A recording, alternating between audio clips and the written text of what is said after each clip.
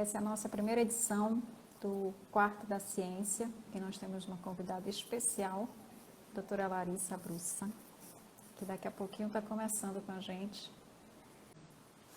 Então, gente, vamos conhecer um pouquinho a Larissa, né? Eu vou ler aqui um pouquinho das credenciais para vocês entenderem quem é a nossa convidada, tá? Então, vamos lá. A Larissa, ela é biotecnologista, mestre em ciências médicas e doutora em genética e biologia molecular.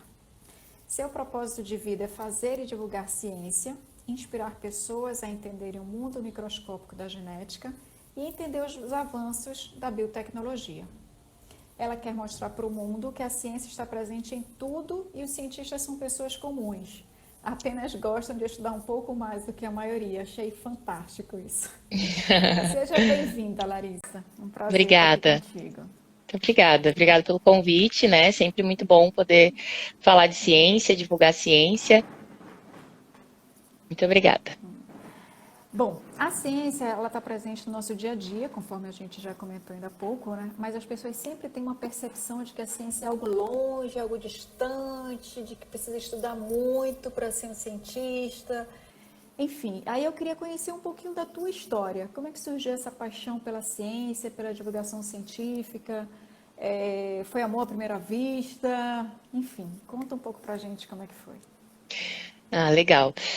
Então, na verdade, assim, eu tenho uma história um pouco diferente, assim, da maioria, porque assim, eu não tive muitas oportunidades, né, durante a minha infância, adolescência, assim, não fui uma, assim, eu nasci numa família de professores, né, de ensino básico, mas por conta, assim, de uma situação financeira, né, não tão privilegiada, eu não tive muito acesso a coisas que às vezes as pessoas têm, né, então eu sempre estudei em escola pública, e quando eu terminei o meu segundo grau, eu estava bem perdida, assim, eu não sabia o que eu ia fazer, eu estava assim numa fase de adolescente bem rebelde, sabe?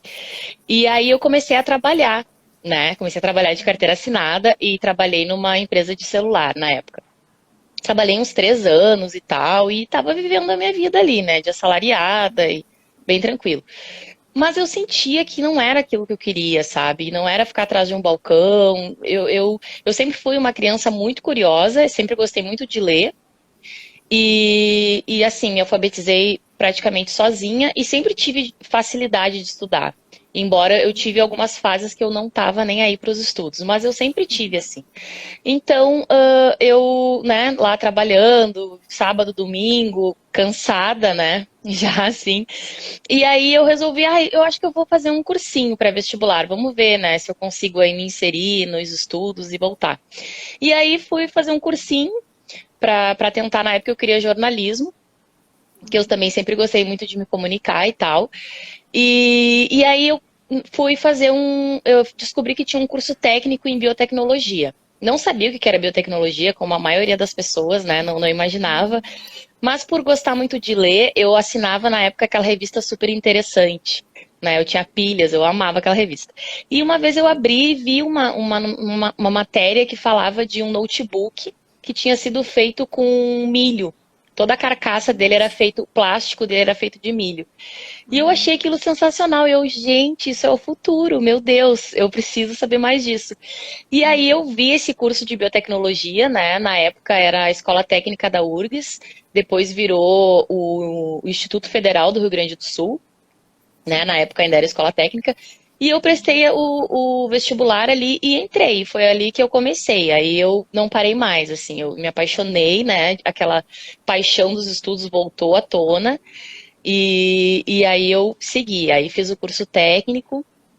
Depois eu já ingressei na graduação em biotecnologia também, na Federal de Pelotas.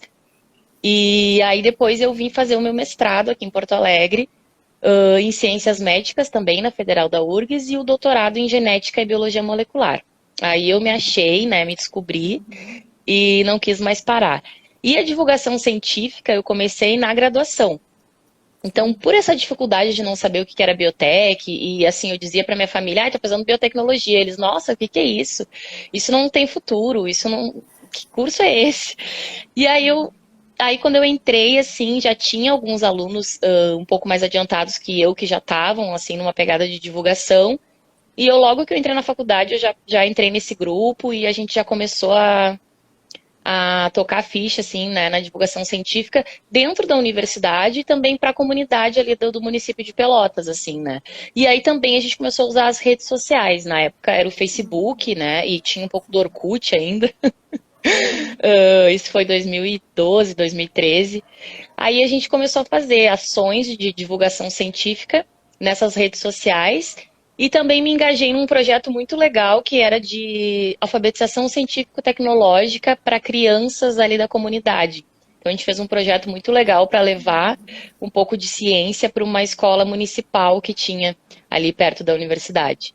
Aí foi muito legal, assim, e aí a partir daí também eu comecei a gostar muito de divulgação e de falar do que eu fazia e de inspirar outras pessoas também a seguirem a área da ciência e tal, né? Mostrar justamente isso, que a ciência é para todo mundo, né? Democrática. Eu, assim, nunca imaginei que eu ia estar onde eu estou hoje, na questão da carreira acadêmica, né? Não que eu esteja assim, ó, mas assim, de fazer um mestrado, um doutorado, porque no meu núcleo familiar muito poucas pessoas se formaram, né? Na verdade, aqui no meu núcleo familiar menor, eu sou a primeira a ter a graduação e mestrado e doutorado, então nem se fala. Então era uma coisa distante, assim, da minha realidade.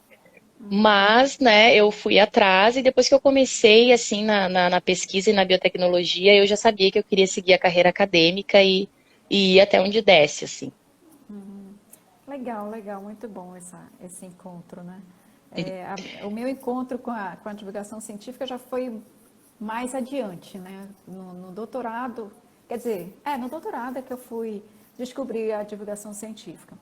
Eu tive uma experiência na assessoria de comunicação da universidade e lá eu percebi que o trabalho praticamente era divulgar onde assuntos institucionais, né? Receber embaixada, então faz uma notícia, divulga e coloca no site, né? Um convidado especial chegou, divulga e coloca lá no site. Enfim, poucas divulgações eram em relação à pesquisa científica, né? E assim, N programas de pós-graduação, N grupos de pesquisa, mas nada saía com esse enfoque. E aí eu comecei a prestar atenção e disse, gente, a gente fala tanto em pesquisa, né, ensino, pesquisa e extensão, e a gente está esquecendo um pouco dessa parte, né? A gente está focando muito no ensino e esquecendo um pouco das outras partes. E aí eu comecei como eu fiz na administração, eu acabei pegando um pouco do olhar do marketing e a divulgação científica, né? E aí tentei casar esses dois campos de atuação e foi onde eu me apaixonei, né? Acabei entrando e descobrindo um pouco mais. A gente se apaixona mesmo, né? Como você fala. Divulgadora Sim, científica por paixão. é verdade. Não, com Agora, certeza, sim. Eu também comecei assim, né, sem saber muito bem, mas hoje já trilhando um caminho na divulgação, já tenho um pouco mais de know-how e de experiência, né? Hoje eu estou atuando em 3 redes de divulgação científica, que é para o enfrentamento da pandemia. Então, quando começou essa história da pandemia, né, o meu doutorado ele ficou um pouco parado. A gente ficou impedido de fazer os experimentos no laboratório, porque eu trabalhei num laboratório dentro do Hospital de Clínicas aqui em Porto Alegre, que é um hospital de referência para COVID. Então, tudo que não fosse COVID parou, né? E aí eu fiquei em casa e fiquei fazendo trabalhos de bioinformática, escrevendo artigos, né, fazendo aquela coisa mais assim teórica, mas eu me sentia muito, eu queria muito me inserir no contexto da pandemia. E também, né, tem a outra questão, a minha profissão de biotecnologista, ela não é nem reconhecida ainda no Brasil, né, a gente não tem nem conselho ainda profissional. Então, né, o Brasil totalmente atrasado em tudo. A biotecnologia nos países desenvolvidos, ela é uma das profissões mais bem pagas e mais bem vistas, né? Porque tudo que envolve desenvolvimento passa pela biotecnologia, né, na questão científica. sim. Então, os outros países, eles apoiam muito. E aqui no Brasil, tudo muito atrasado. Eu queria me inserir como profissional de biotecnologia ou como doutoranda no contexto da pandemia, mas fui impedida, né, porque nem sequer a minha profissão é reconhecida. Então, eu fiquei pensando como que eu vou me inserir, eu quero ajudar, né, eu acho que todo mundo que se envolve com ciência, com divulgação, tem muito essa veia de querer ajudar, de querer fazer, né, um grãozinho de areia no deserto, querer fazer um pouquinho. E aí eu encontrei as redes de divulgação de enfrentamento da pandemia, e aí eu me inseri nelas. Então, hoje eu estou atuando na Rede Análise Covid-19, na União Pro Vacina e no Todos pelas Vacinas, que eu estou até com a camisetinha aqui fazendo a propaganda. Ah, Então, a legal. gente somos uma equipe de diversos pesquisadores de diferentes áreas, né? Cada frente ataca mais um pedaço, mas basicamente a gente traz a divulgação das notícias da pandemia. A gente tenta trazer os artigos científicos com uma linguagem bem acessível, né? Tenta trazer as últimas notícias, tudo que sai. E assim, fazendo bastante live também, podcast, coisas assim para levar a informação para as pessoas, porque, né, foi a questão também das fake news, acho que talvez tu vai abordar um pouquinho mais para frente isso, que foi o grande também start, assim, que ajudou a gente a seguir aí essa caminhada. Você trouxe o assunto da fake news, não tem como a gente fugir, né? Porque, infelizmente, é uma realidade que tem um impacto direto na nossa vida, né? E uma delas que eu percebo é exatamente essa questão da vacina, né? Quanta história a gente ouve e as pessoas param de se vacinar porque acreditam no WhatsApp que chegou, numa mensagem que leu, sem a menor fonte de credibilidade. E aí eu queria que você comentasse um pouco sobre essa questão, porque eu vi, por exemplo, que a segunda dose, né, da vacina as pessoas não têm tomado, então tem diminuído o acesso. E aquelas vacinas teoricamente já consolidadas, como sarampo, poliomielite e tal, me parece que também está voltando tudo de novo, porque os pais, né, os responsáveis não estão levando seus filhos para tomarem a vacina. É isso mesmo? É essa triste notícia que a gente tem para compartilhar, Larissa? Inara, infelizmente sim. O Brasil, ele sempre foi um país referência na vacinação. A gente sempre teve esse orgulho, né, de dizer isso. Os planos nacionais de imunização do Brasil, eles sempre foram muito bem desenhados e bem conduzidos. E o SUS, né, que é uma grande ferramenta que a gente tem maravilhosa, sempre permitiu o acesso facilitado das vacinas para as pessoas, né? Hoje tu vai em qualquer posto de saúde, tu consegue tomar uma dose de vacina, seja ela qual for, né? Hepatite B, nós temos várias doenças que são evitadas por vacinas. E de 2017, mais ou menos, para cá, até tem ainda algumas doenças que a partir de 2015 a gente teve uma diminuição nessa adesão da vacina, né? E isso é muito preocupante, porque essas doenças que tu citou, como o sarampo, a poliomielite, elas são doenças que já foram erradicadas no Brasil, né? Ou seja, elas não estão mais circulando entre as pessoas. E isso graças à vacina, graças ao que a gente chama de cobertura vacinal. A cobertura vacinal a gente atinge quando um número mínimo de pessoas está vacinada e isso faz com que o vírus pare de circular. Então, para essas doenças, a gente sempre tem uma estimativa de cobertura vacinal, ela é no mínimo de 70%, e a gente precisa que as pessoas vacináveis com aquela vacina, né, por exemplo, a vacina da poliomielite, né, crianças até 5 anos precisam se vacinar. Então, a gente precisa que, no mínimo, 70% dessas crianças estejam vacinadas, para que a poliomielite continue erradicada. E a gente está vendo notícias muito tristes em relação a isso, né? A falta de adesão vacinal, e isso faz com que as doenças possam vir a circular. Nós já tivemos alguns surtos de sarampo nos últimos anos, né? Em locais assim onde o sarampo voltou a circular e voltou a infectar diversas crianças e até adultos. Na Venezuela é um país onde o sarampo voltou a circular com tudo, né? E acho que foi ontem ou anteontem eu publiquei um conteúdo no meu perfil. Até quem quiser me seguir, convido todo mundo que está assistindo me seguir ou mandar para alguém que goste de ciência o perfil, né? Seguir nós duas, aliás. Quem ainda não segue, eu postei um conteúdo falando sobre a poliomielite, né? Então saiu uma normativa do Programa Nacional de Imunização. Na verdade, foi uma nota, né? Falando sobre, alertando as pessoas sobre o risco de voltar a poliomielite, porque a cobertura vacinal está muito baixa. Então, nós já temos casos de crianças com paralisia infantil em pleno 2021, né? É uma notícia muito triste. Eu acho que os jovens aí que que estão nos assistindo, vão assistir mais para frente, talvez não saibam o que é essa doença, porque realmente, né, a vacina erradicou até então essa doença, mas agora ela está perigando voltar a circular. E é uma doença muito triste, gente. É uma doença que causa paralisia nos membros, né, de algumas crianças. E nós temos aí uma geração de adultos hoje que passaram por isso e têm aí suas vidas totalmente comprometidas, usam cadeira de rodas, né, uma série de limitações em função de uma doença que tem vacina, que é só ir no posto, tomar uma gotinha, né, levar o seu filho no posto, a criança, o responsável é levar a criança no posto e tomar uma gotinha e ficar imune. Então, realmente, assim, as fake news, elas estão crescendo bastante, nos últimos anos ainda mais, com a questão da pandemia, isso tudo veio muito à tona, né? Nós já tínhamos alguns grupos anti-vacina meio, né, discretos e separados, mas agora isso parece que está começando a ganhar força, infelizmente. E é bem como tu falou, notícias assim bem escabrosas que recebe no WhatsApp e aí acredita que a vacina vai implantar um chip, que a vacina vai mudar o DNA, quando na verdade isso tudo é desinformação, né?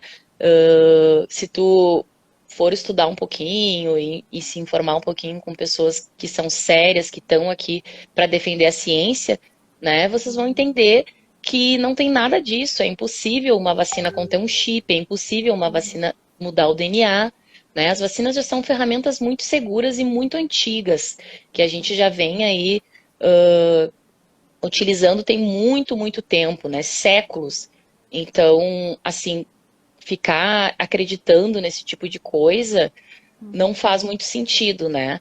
Infelizmente, no Brasil, a gente tem um terreno muito fértil para esse tipo de situação, que é ocasionado principalmente pela falta de educação das pessoas, né? Que é muito triste a falta de acesso, a falta de educação. E também, muitas vezes, as pessoas também são muito religiosas e acabam misturando um pouco, né? Também a religião, e aí acham que a ciência está contra, quando na verdade não é nada disso. Então, o Brasil, por ter esse terreno um pouco fértil, assim, né, do pessoal acreditar, acaba levando desvantagem nisso. Mas não é só o Brasil, viu? Nos Estados Unidos e em outros países ricos, né, ditos ricos, a gente está com uma adesão vacinal também não adequada, né, principalmente agora falando da vacina da Covid-19. Os Estados Unidos é um exemplo que tem vacina sobrando e as pessoas não querem tomar. Então, os Estados Unidos ainda não conseguiu bater os 70% de cobertura vacinal com 2 doses. Tem muita gente morrendo hoje nos Estados Unidos, né? A Covid lá tá bombando por causa da variante Delta, que é essa nova variante que tá aí circulando. E todo mundo, assim, 90% das pessoas que estão morrendo são os não vacinados, né? Isso aí já tem vários estudos publicados, já é de conhecimento comum, assim, né? Que tá acontecendo isso. Então, não tem porquê, né, as pessoas ficarem com medo de se vacinar, principalmente agora, né, gente, com essa pandemia da Covid-19, que ainda vai se estender aí até o final do ano, talvez até a metade do ano que vem. A gente precisa estar com as 2 doses da vacina em dia, né? Agora ainda uma terceira dose para 60 a mais e imunocomprometidos. E continuar com as medidas de segurança, né? Usando máscara e mantendo o distanciamento social o máximo que der. E a higienização das mãos, né? Isso. E Larissa, pelo andar da carruagem, essa vacina da Covid-19, no caso, né, ela vai entrar no cronograma de vacinação, né, de imunização da população brasileira e até do mundo. Então, essa variante Delta que está circulando hoje, talvez ela só seja caracterizada como vacina na próxima pesquisa ou no próximo estudo, porque a vacina atual não foi motivo dessa, e sim o SARS-CoV-2, né, que foi o que gerou a vacina e tal. E aí, a variante Delta, eu acho que então só na próxima leva, digamos assim, da vacina. É isso? Não, não. Na verdade, a gente já tem estudos mostrando que as vacinas que estão hoje, elas protegem contra a variante Delta, né? A gente tem já dados mostrando isso. A questão da terceira dose, os idosos e imunocomprometidos seria devido à questão da senescência celular, né? Que as pessoas mais velhas, elas têm, isso já era esperado, né? Que a resposta imune das pessoas mais velhas ou imunocomprometidas, ela duraria menos. As vacinas, elas protegem hoje contra todas as variantes, mas o tempo que a gente vai precisar para se revacinar é que ainda está sendo ajustado. Então, hoje a gente já tem essa resposta de necessidade de terceira dose para esses grupos específicos, né? 60 mais imunocomprometidos. Para as pessoas dos outros grupos, a gente ainda vai ver de quanto em quanto tempo vai precisar se vacinar. Mas isso que tu falou é uma verdade. Essas vacinas provavelmente vão entrar no calendário de vacinação e pode ser que a gente precise se vacinar todo ano, ou a cada 2 anos, ou a cada 5 anos. Esse dado a gente ainda não tem. A gente precisa agora ver como é que a vacina vai performar, e a gente já viu que está funcionando muito, né? Porque a gente vê ali no meu perfil tem vários conteúdos falando isso. A gente vê as curvas, né? As curvas de contágio da Covid, elas não param de subir, porque as pessoas não param de aglomerar, as pessoas não param de se encontrar e o vírus ele passa de pessoa para pessoa. Então, as pessoas não param de pegar Covid. Cada vez que tem uma variante nova, a pessoa pode pegar de novo. Então, a transmissão não para, infelizmente, né? O nosso país é um país que não cuida da mobilidade, que seria o primeiro passo para a gente poder sair dessa, né? Seria controlar a mobilidade das pessoas. O Brasil é um país que nunca se preocupou com isso. E então a Covid continua circulando entre as pessoas. Mas agora, com a vacina, a gente vê o quê? A curva de contágio continua subindo, né? Continua aqueles picos, aquelas ondas. Mas a curva de óbitos, de hospitalizações, ela está cada vez menor. Ela está num platô muito baixo. Enquanto que no início da pandemia, antes das vacinas, as curvas eram iguais.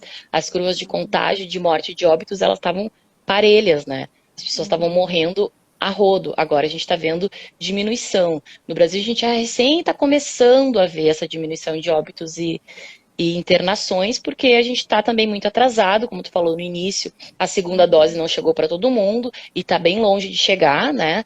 Embora as pessoas queiram acreditar que a pandemia já acabou, que está todo mundo bem, vacinado, na verdade não. A gente está aí com segunda dose no máximo 30% da população, sendo que a gente precisa de no mínimo 70%, né? E agora com a variante Delta a gente precisa já está se falando de 90% de cobertura vacinal. Então 90% das pessoas vacináveis vacinadas com as 2 doses para conter a transmissão.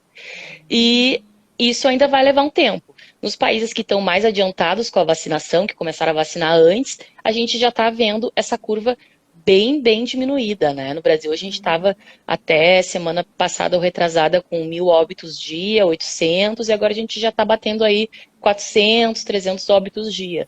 O que é muito triste, né? A gente não quer perder ninguém, né? Eu e os meus colegas da divulgação, a gente tem essa máxima de que nenhuma vida deveria ser perdida e até que ponto, né, os governantes acham viável perder vidas, né? Porque a gente vê muita coisa errada nessa pandemia, né? Muito discurso de agora vamos vacinar, agora tá todo mundo vacinando. Mas e aí, né? Qual é o número de óbitos aceitável? Isso ninguém responde. Então, não existe isso, né? não existe. Mas parece que para eles 300 óbitos dia, né? Vamos continuar abrindo aí, vamos fazer o carnaval ano que vem, vamos. E não Ou é, então, né? se for a terceira idade, né, estiver falecendo, não tem problema, porque vai morrer mesmo, então, nossa, são umas coisas realmente assim, Muito absurdas, né? triste, E a pandemia caminha muito junto com a política, né? E com todas essas questões que a gente está abordando aqui, né? Então, tá tudo interligado e a gente está realmente num momento muito difícil, assim. É bom que eu sempre gosto de usar os espaços que eu tenho para deixar esses alertas, né? Embora as pessoas queiram acreditar numa falsa proteção e numa falsa segurança de que já está tudo bem, não está tudo bem, né? Tem muita gente morrendo ainda, e inclusive vacinados. Porque as pessoas também têm muita dúvida disso. Mas como assim vacinou e morreu? Gente, num contexto de muita transmissão, vacinados e não vacinados estão aptos a pegar a Covid, porque ela tá bombando, né? O teu vizinho tá com Covid, teu amigo da esquina tá com Covid. Então, tu pode estar vacinado, mas a vacina ela não é 100%. A vacina não é um elixir da vida que tu tomou e tu não vai mais falecer. Então, principalmente os idosos, né? Os idosos vacinados com 2 doses, se pegarem Covid nesse momento, podem ter agravamento e podem ter complicações. E outra coisa, Inara, que dificilmente as pessoas comentam é a questão das sequelas da Covid, né? E a Covid longa. A gente tem aí uma a cada 5 pessoas que pegam Covid desenvolvem a Covid longa, que são sintomas de longa duração, que podem durar 6 meses ou mais, né? Tem relatos de pessoas com 1 ano com sintomas, desde que, tipo, pegou lá no início da pandemia e tá até agora com sintomas. E são sintomas bem debilitantes, falta de ar, dificuldade de fazer atividades comuns do dia a dia, e fora as sequelas que a gente ainda não sabe, né? Porque a gente precisa de tempo para estudar. Mas já se sabe de sequelas neurológicas, já se sabe de sequelas do aparelho respiratório. Então, é muito Paladar. também perda de paladar e olfato. É muita coisa, assim, né, que a gente tem que levar em consideração antes de achar que tá tudo bem e vamos aglomerar e vamos, né? Calma, é sempre que a gente pede para as pessoas cautela e calma nesse momento.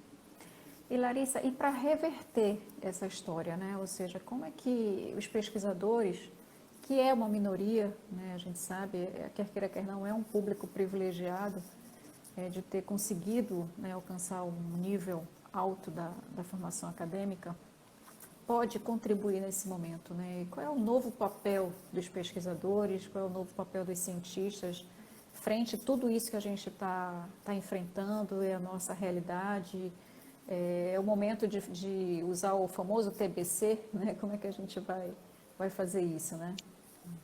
Sim. Assim, a gente viu, junto com a pandemia, né, com todo esse cenário triste que eu trouxe, a gente viu também coisas muito legais que aconteceram. E uma delas é esse movimento, né, dos cientistas, dos pesquisadores, de saírem, né, dos seus laboratórios, dos seus castelinhos ali, das suas rotinas e levarem ciência para a população. Isso está sendo muito legal. A gente está vendo isso acontecer e crescer cada vez mais. A gente está vendo pessoas inspiradas com isso a seguir ciência, a seguir divulgação, né? Seguir essa carreira. Então, esse é o lado bom, né? O lado positivo. E eu acho que não podia ser diferente, né? Não tinha como ser diferente. A gente, como tu falou, né, nesse privilégio que a gente tem de ter conseguido estudar, de ter conseguido ter educação, né? Tirando altos e baixos que todo mundo tem, realmente é difícil, a ciência não é valorizada. Fazer pós-graduação no país é uma luta diária, né? Sobreviver de bolsa é pior ainda. Tu deve saber bem Sim, eu que sou a gente. bolsista também. Ah, sim, então. E Mas não adianta, né? A gente tem que até juntar toda essa força que a gente tem, essa resiliência, e tentar levar isso, né? Na comunicação, no diálogo.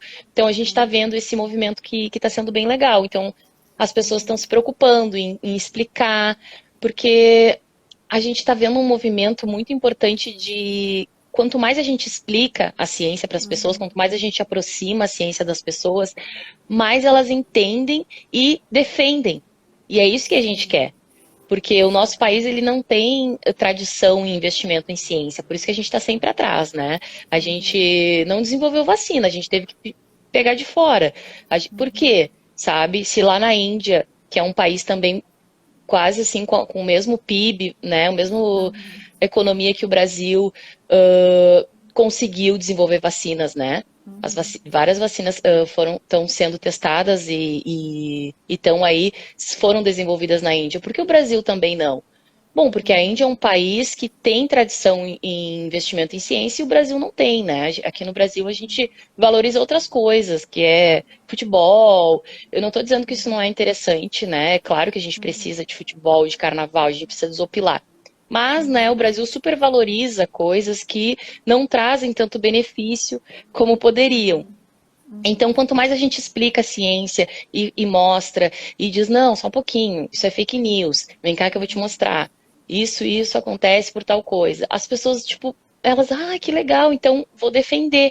E quanto mais gente defendendo a ciência, né, mais a gente se fortalece e a gente espera que os nossos governantes, os nossos representantes também levem isso em consideração na hora de fazer seus projetos, na hora de defender suas bandeiras, né? Saibam que tem sim uma parcela da população bem informada, que defende ciência e que quem quiser, o candidato que quiser o voto, vai ter que seguir nessa cartilha, vai ter que fazer o que as pessoas querem, né? O Brasil tem uma infinidade de matéria-prima, muita riqueza que poderia estar sendo desenvolvida, explorada, e a gente não faz. Já aconteceu casos de virem pesquisadores de fora do país, principalmente na Amazônia, pegar nossa matéria-prima, levar para o laboratório lá, criar um medicamento, patentear e vender para nós. Então, é muita falta de estrutura e de organização. Então, para a gente. Que a gente costuma dizer aqui em Manaus que a primeira biopirataria foi exatamente a borracha, né, onde era o forte daqui, né, da região, e levaram e exploraram e estão lá, né? Então, isso assim é muito sério mesmo, né? E agora, infelizmente, deveria ser uma política de Estado e não de governo, né? Porque mudou o governo, muda-se todas as regras, né? E eu acho que isso realmente peca muito, né? Agora, um caminho que eu vejo também, né, nessa conversa que a gente está tendo, talvez seria uma aproximação maior com a imprensa. Eu acredito que a imprensa, os jornalistas, são um grande parceiro da ciência, né? É notório o aumento dos pesquisadores na rádio, televisão, jornal, dando entrevistas, falando um pouco, quer dizer, o espaço para a ciência aumentou nesses veículos de comunicação. Agora, realmente, a gente teria que ter a percepção de estar mais disponível para explicar, para estar disponível para mostrar quais são as últimas pesquisas que a gente está desenvolvendo, ou seja, ocupar nosso espaço na mídia, né? Porque com tantas pesquisas científicas que são desenvolvidas na universidade, isso não chega até a população, quer dizer, a imprensa seria um caminho importante que a gente poderia não explorar, mas pelo menos se aproximar nesse sentido né, vamos juntos, né, aproximar a ciência da sociedade, usando o caminho que seria a imprensa, né? Você acha que essa dificuldade que os pesquisadores têm de se aproximar da imprensa talvez seja a linguagem? Assim, o cientista está muito mais acostumado com a comunidade científica, que é par, né? Ele entende aquilo que ele está conversando e talvez quando mude um pouco do público receptor, você acredita que essa dificuldade seja um obstáculo?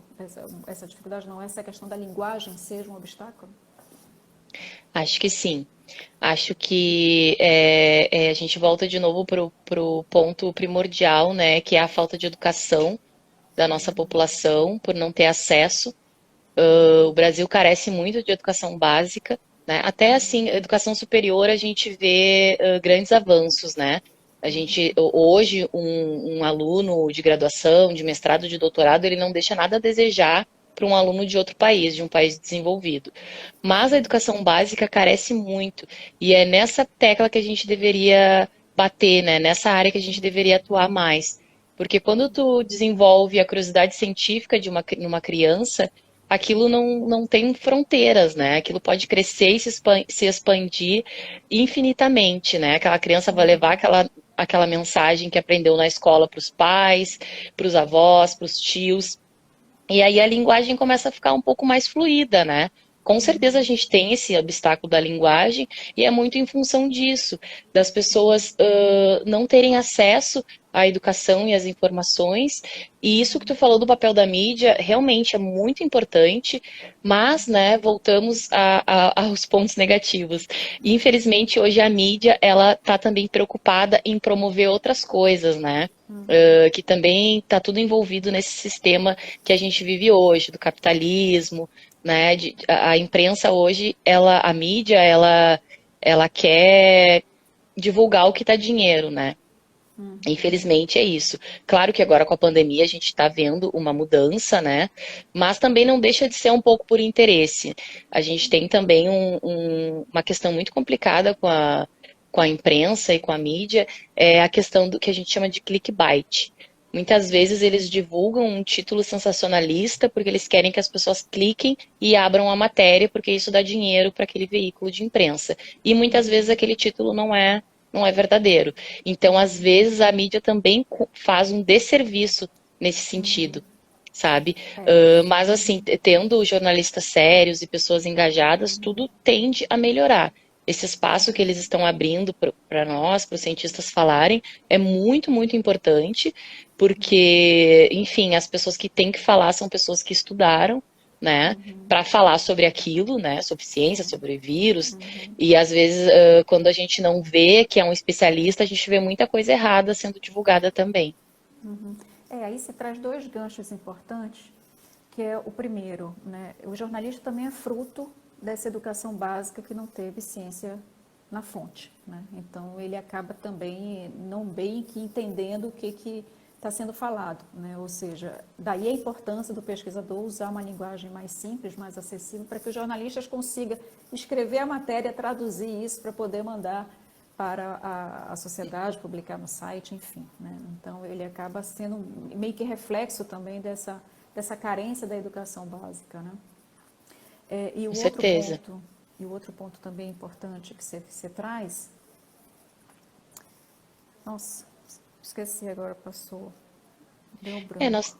nós temos jornalistas muito bons, né? Assim como todas as profissões. Assim como a gente também tem cientista que não quer divulgar, que, né, às vezes faz coisas por interesse X, interesse Y.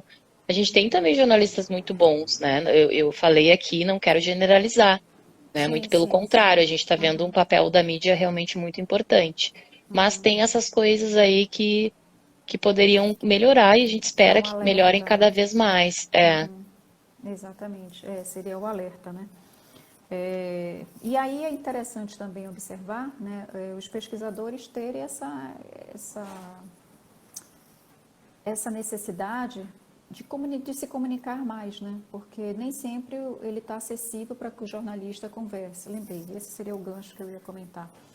É, quando ele precisa, quando sai uma matéria, né, e ele precisa conversar com alguém para que ele confirme a fonte, se a informação realmente está correta, ou seja, ele vai apurar os fatos, ele precisa de alguém que valide isso, né? E quando ele entra em contato, que o pesquisador não está disponível, não consegue atender, e aí ele acaba então mudando a fonte, então ele não ouve mais o cientista, ele vai ouvir outra pessoa, ou o empresário, ou o farmacêutico, ou a comunidade, ou a pessoa que usufrui o serviço, mas ele precisa ter algumas fontes para ele poder construir a matéria dele, né?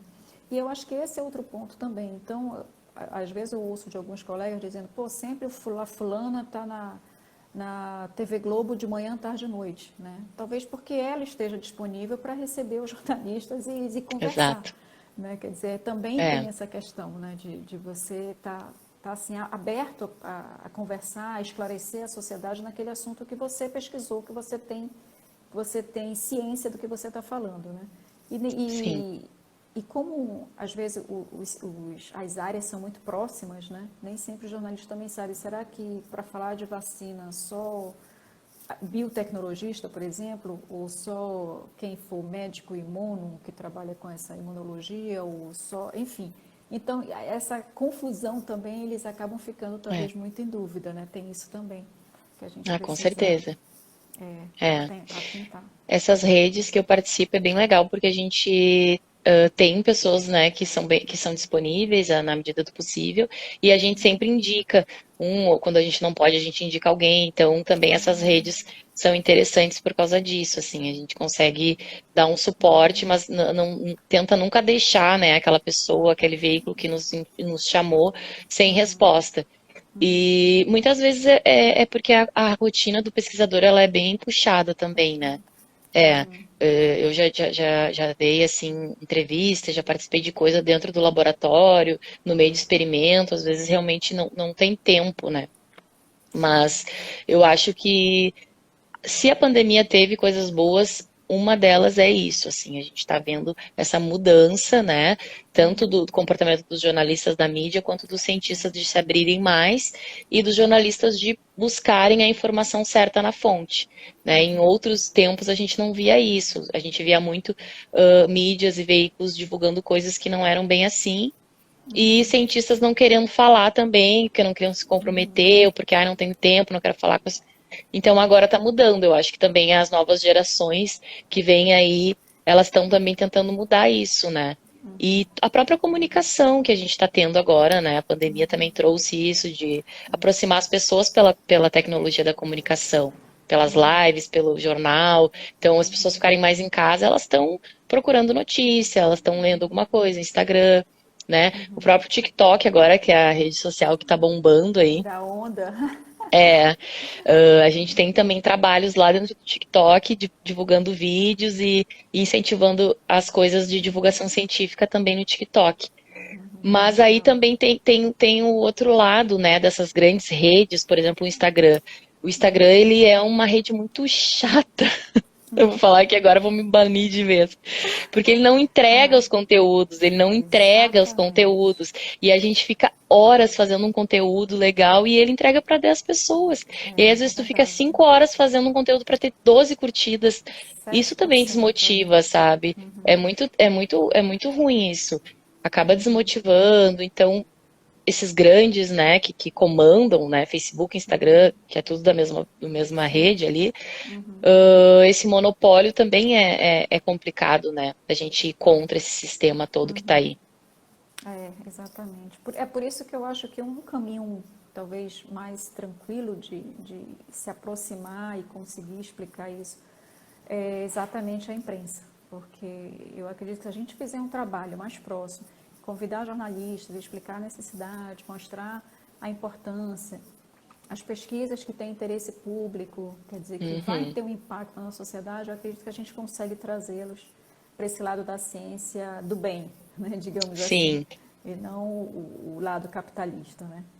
Agora, em é. relação aos pesquisadores de não estarem tanto disponíveis, né, para essa questão da conversa, como a gente está tendo, eles estão muito mais focados na produtividade, em artigo, em publicar, em congresso, em eventos científicos.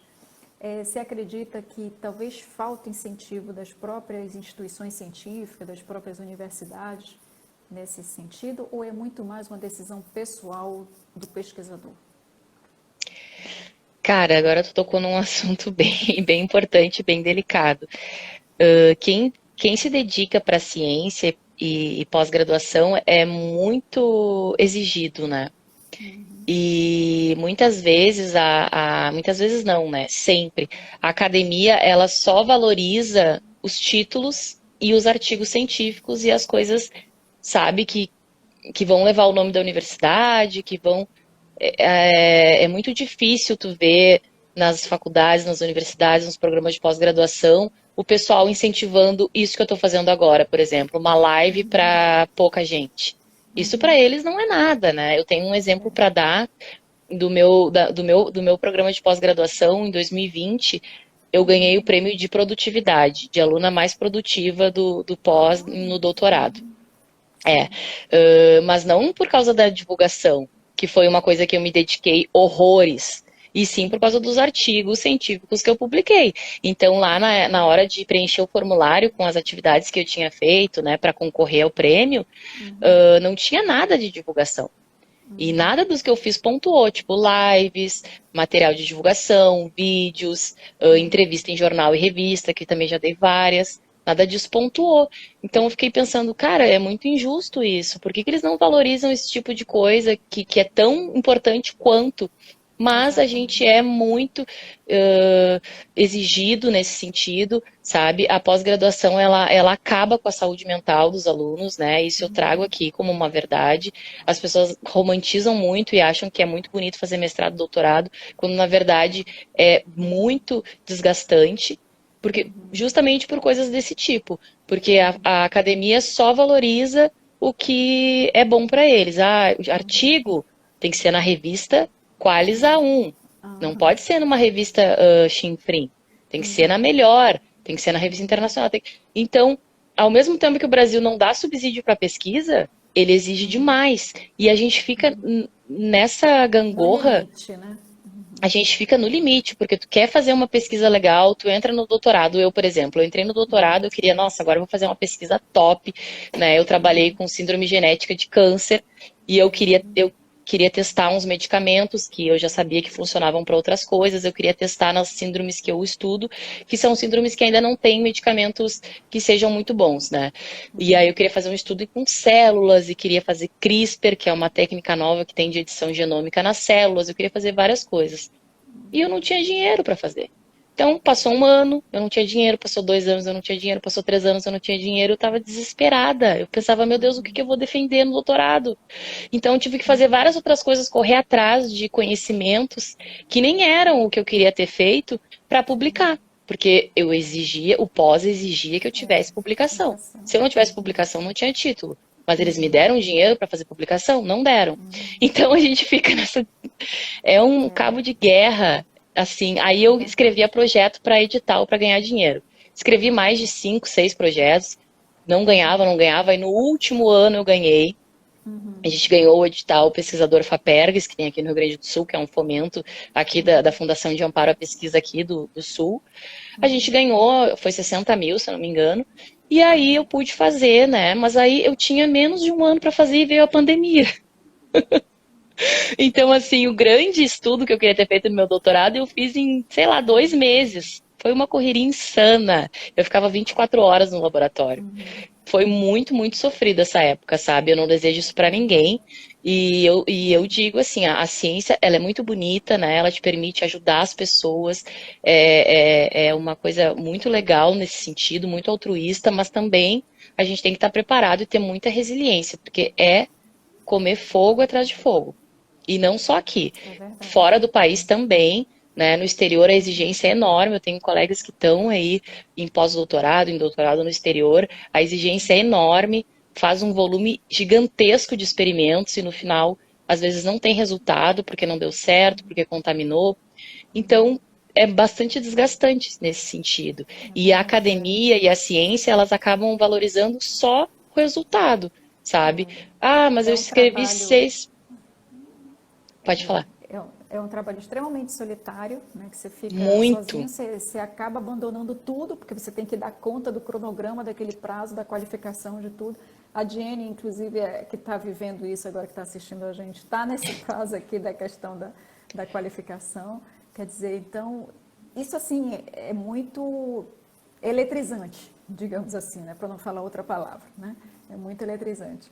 Agora, uma outra situação Sim. também, né, Larissa, a questão dos artigos que a gente estava comentando, né, de publicar em A1, para poder aumentar o número, para aumentar a nota da avaliação do programa de pós. Então, tem que ser os melhores indicadores para poder o programa ganhar. Agora, o que adianta publicar tantos em artigos científicos, em fazer tanta pesquisa, tanta divulgação, como você falou, ficar 24 horas dentro do laboratório, se isso não chega até a sociedade? Né? Ou seja, conhecimento sem aplicação é quase que inútil, porque você não consegue, você se dedicou tanto àquele teu trabalho, mas você não consegue aplicar. Então você diz, nossa, que bem que a ciência está trazendo para a sociedade, né? Ou seja, como é que eu posso contribuir? E aí agora, no currículo Lattes, por exemplo, tem lá um campo, né, popularização da ciência, onde você inclui, né, as entrevistas que você fornece, etc. Mas, infelizmente, continua não sendo pontuado, porque eles só valorizam os artigos, né? Não, agora eu fiquei me sentindo mal, mas o Jenny não é para te desestimular, tá? Tudo isso que eu falei. É um período muito difícil, mas com certeza é um período de muito crescimento, né? A gente, assim, a gente vira outra pessoa e tenho certeza que a tua carreira aí vai ser brilhante, né? Vai passar por essas dificuldades e vai ficar cada vez mais forte, vai crescer cada vez mais. Realmente, assim, a gente tem ainda uma. É que tem lugares que fazem pesquisa básica e lugares que fazem pesquisa mais aplicada, né? A gente tem essa dificuldade de trazer, de levar o conhecimento para as pessoas. Mas a ciência é feita assim, né? De resultados negativos, de coisas pequenas que depois se juntam e formam uma grande coisa. Então, às vezes a gente tem um resultado negativo, não serviu para nada. Não, vai servir. Vai servir para alguém não fazer igual, ou vai servir para subsidiar o trabalho de outra pessoa. Então, a pesquisa, a magia e a beleza da pesquisa é isso. A gente não tem respostas prontas, a gente tem muito mais perguntas da ciência do que respostas. E vai montando o quebra-cabeça até conseguir chegar em encaixar, que seria a vacina, por exemplo, para poder chegar até a sociedade. Exatamente. Quer dizer, sem a pesquisa básica a gente não teria vacina. Então, a É. importância dela é fundamental, né? Isso é sine qua non. Ai, Larissa, a gente poderia passar a noite toda, né? Mas eu estou vendo aqui que faltam 5 minutos para terminar o Ah, nosso então tá. tempo. E aí eu queria ver, assim, o que que você finaliza, quais são as tuas considerações finais para os colegas cientistas, colegas pesquisadores, o que que a gente pode enriquecer e aumentar esse movimento de popularização da ciência? É, gente, assim, eu, né, chorei minhas pitangas aqui, mas na verdade a ciência é a minha paixão, né? Eu, assim, não me vejo fazendo outra coisa. Eu sinto, eu tenho muito esse sentimento de querer ajudar, de querer fazer um pouquinho.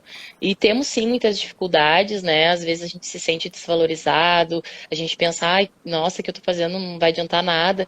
Mas não, sabe? Eu acho que se todo mundo pensar um pouquinho em fazer alguma coisa, né? Seja uma live para levar conhecimento para as pessoas, seja ser agradável com alguém na rua, qualquer mínima coisa que a gente puder fazer de bom para os outros, eu acho que está valendo.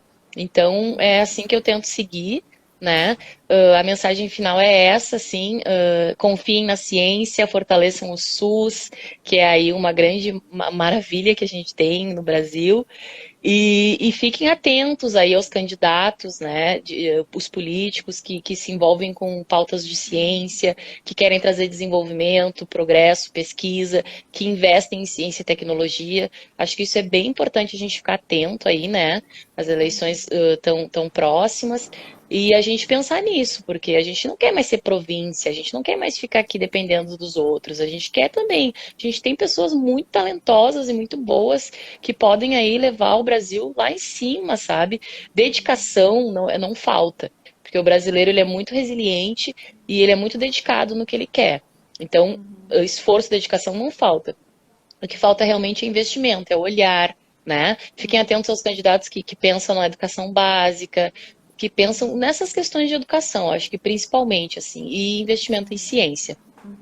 Eu acho que essa mensagem final que você traz é assim, super importante, porque eu acredito que a educação e a divulgação científica são caminhos possíveis para a gente aumentar o senso crítico, né, da população, ajudar as pessoas a compreenderem o mundo em que vivem, né, e a tomar decisões mais assertivas, né, porque quer queira, quer não, a ciência ela abre, né, a mente, abre a visão do que você deve fazer, do que você deve tomar, como você deve agir, se comportar e etc. Né? Pelo menos ela te dá esse caminho e você tem um livre-arbítrio de tomar essa decisão de fazer ou não, mas você tem ali uma ferramenta, uma evidência científica que pode te auxiliar, né, na sua caminhada. Né? Exatamente, é. Larissa, muito obrigada pelo teu tempo, pela tua paciência, pela tua contribuição aqui com a gente. Foi muito rica essa nossa conversa, adorei. Como a Jenny falou, foi uma conversa agradável. Também achei bastante e muito Que bom. obrigada realmente. Ah, eu agradeço o convite e quando quiser pode me chamar de novo. E vou te pedir para deixar a live gravada aqui, que depois eu vou fazer propaganda.